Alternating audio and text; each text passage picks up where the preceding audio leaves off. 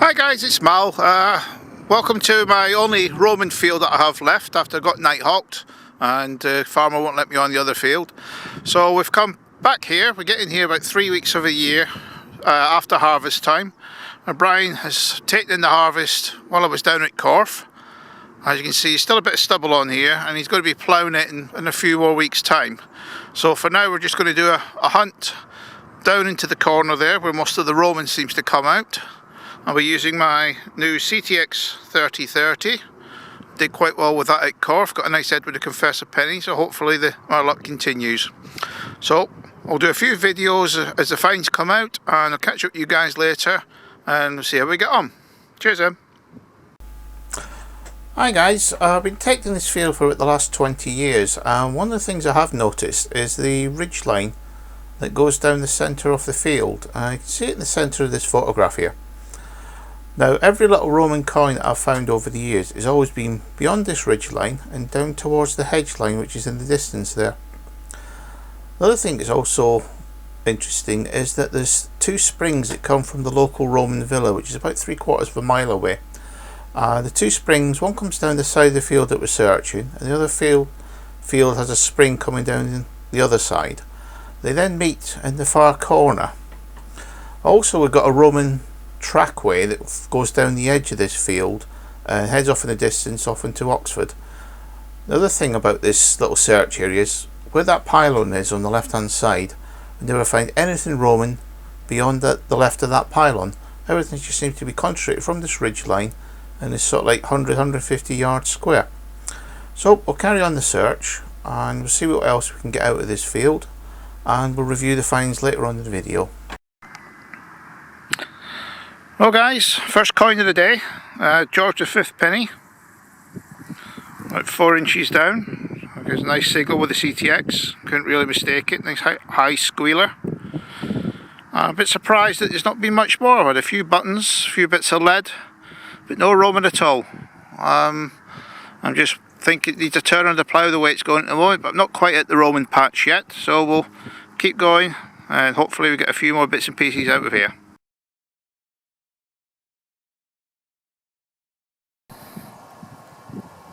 Well guys, it's been going an hour and a half. It's the first real low tone we've got.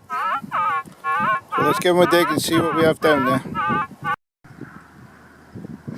As I thought guys, that little grunty single was a little roaming grot.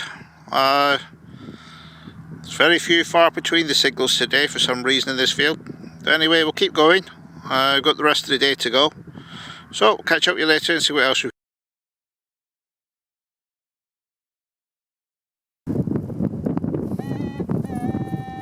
guys, got another low tone here. Let's get him dug out. It might be another little roaming grot. Sorry about the wind noise. Well guys, you can just see him sticking out that little clump of earth there. See the little probe just setting it off there. Looks like a little Roman grot again. Yeah, certainly is. So we're starting to find a patch with them in it, as I thought it would be further down by this corner of the field. So where there's one, there's more, and also there's a possible chance of a silver like we got last year. So we'll keep going and hopefully some better ones will come along.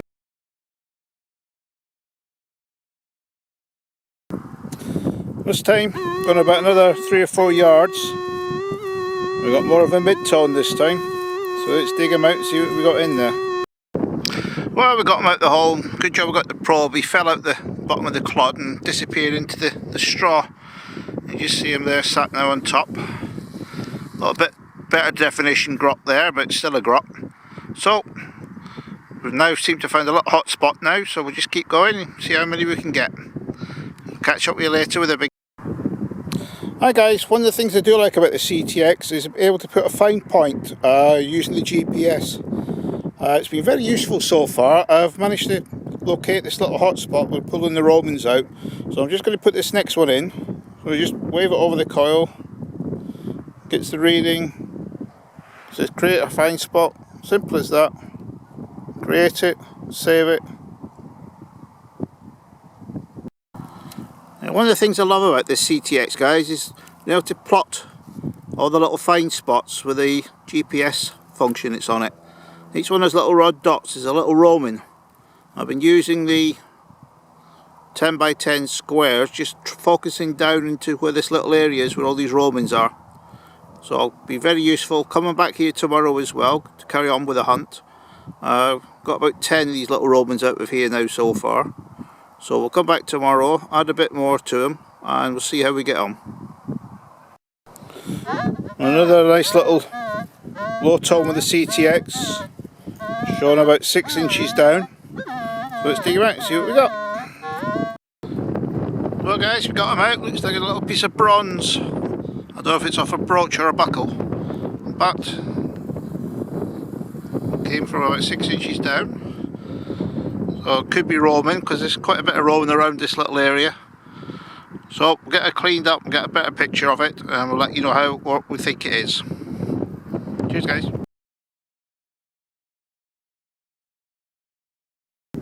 Well guys, looks like I found another little one. You just see him in the clod there. A little bronze, I think. Tiny little coin. Oh, it's a button. Haha. Just goes to show you can get fooled quite easily when you see just the edge there. Just a pewter button. So we'll get that in the little pouch, get the hole filled in, and go and have another search for these little Romans. Well guys, I've just got this signal, and if I was on the beach I would swear blind that this was a gold ring. I'll just switch the probe on, and it's in that little bit of soil there. Let's just carefully break him open. Let's see what we got. Oh, I don't believe this. Oh yeah, beauty! It's a gold quarter unit. Flaming hell! Oh, that is an absolute little gem. What a beauty! This CTX is unbelievable. It's got the wheat ears on it. You can see that there properly. Definitely a quarter unit, and it's gold. Oh yeah, beauty. I'll have to have a good careful look at that one when I get home. I'm very careful with it, but the CTX is certainly delivering, so we'll get this fine point plotted. I've only got about another 20 minutes. I've got to go and pick the wife up, so I'll definitely be back here tomorrow, and hopefully there's a few more of these around. I'll catch up with you again.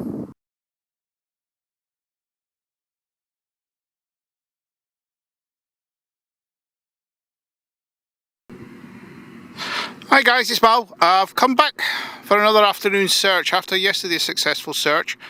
I ended up with 10 little Roman grots and that lovely little quarter gold stater from Knoblin. It's the lean issue, which is a lovely little coin, and I'll post some decent pictures of that at the end of this little video.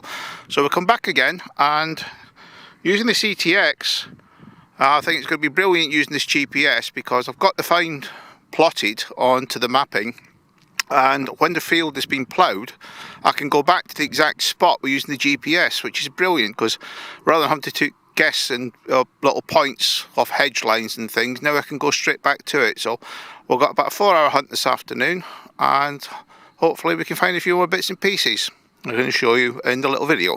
So I'll catch up with you later, and on with the hunt.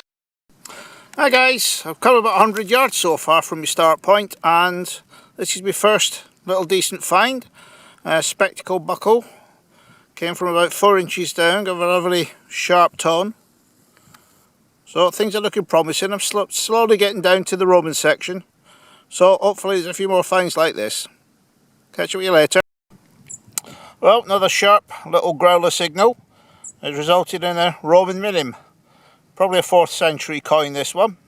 So we'll carry on and get this plotted, and we'll go and find some more. Okay guys, got this nice low tone. I thought it was a bronze unit, but it looks like it's a lead gaming token. Nice condition, this one. So we'll get him cleaned up, and I'll let you show you it later on. Hi guys, another low tone, another Roman grotty there. There's still plenty in here. I've been doing this field for about 20 odd years, and they're still coming out.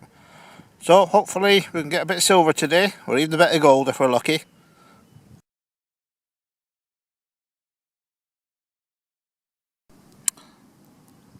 Another little grot, but it's a lot better condition, this one.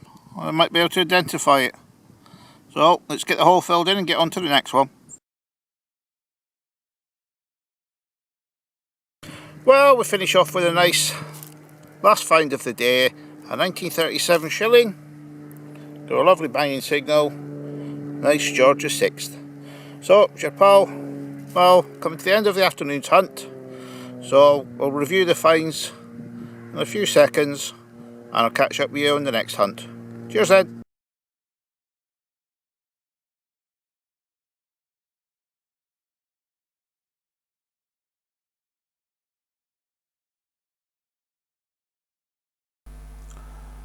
Now we come to the end of the hunt. You can see all the find points that I've plotted using the GPS on the CTX3030. The interesting thing I can see from this is that all the finds are between the spring line, which is on the edge of the field, and the trackway, which is shown by the parch marks about 30 yards in. Now this trackway we know is Roman because it comes off the Icknield Way. Another thing that's also interesting is that it's following the spring line down the edge of the field and goes down towards the spring pond as well. So I think that probably it's been used by the Romans and lots of other people in the past for getting down to the source of water down to the bottom end of that field. The other thing you can see is the medieval trackway going through the field. There is another parch mark. Now that road was taken out of existence back in about the 1800s when the tarmac road was laid at the other side of the field. So the CTX is very useful in plotting finds, doing a bit of research, looking for parch marks and everything. So I'm just going to show you the little finds in a bit better detail, the finds that I got over the 2-day hunt, and also the little quarter stater in its glory. So catch up with you guys on the next hunt. It's your pal Mal signing off now. Enjoy the finds. Cheers then.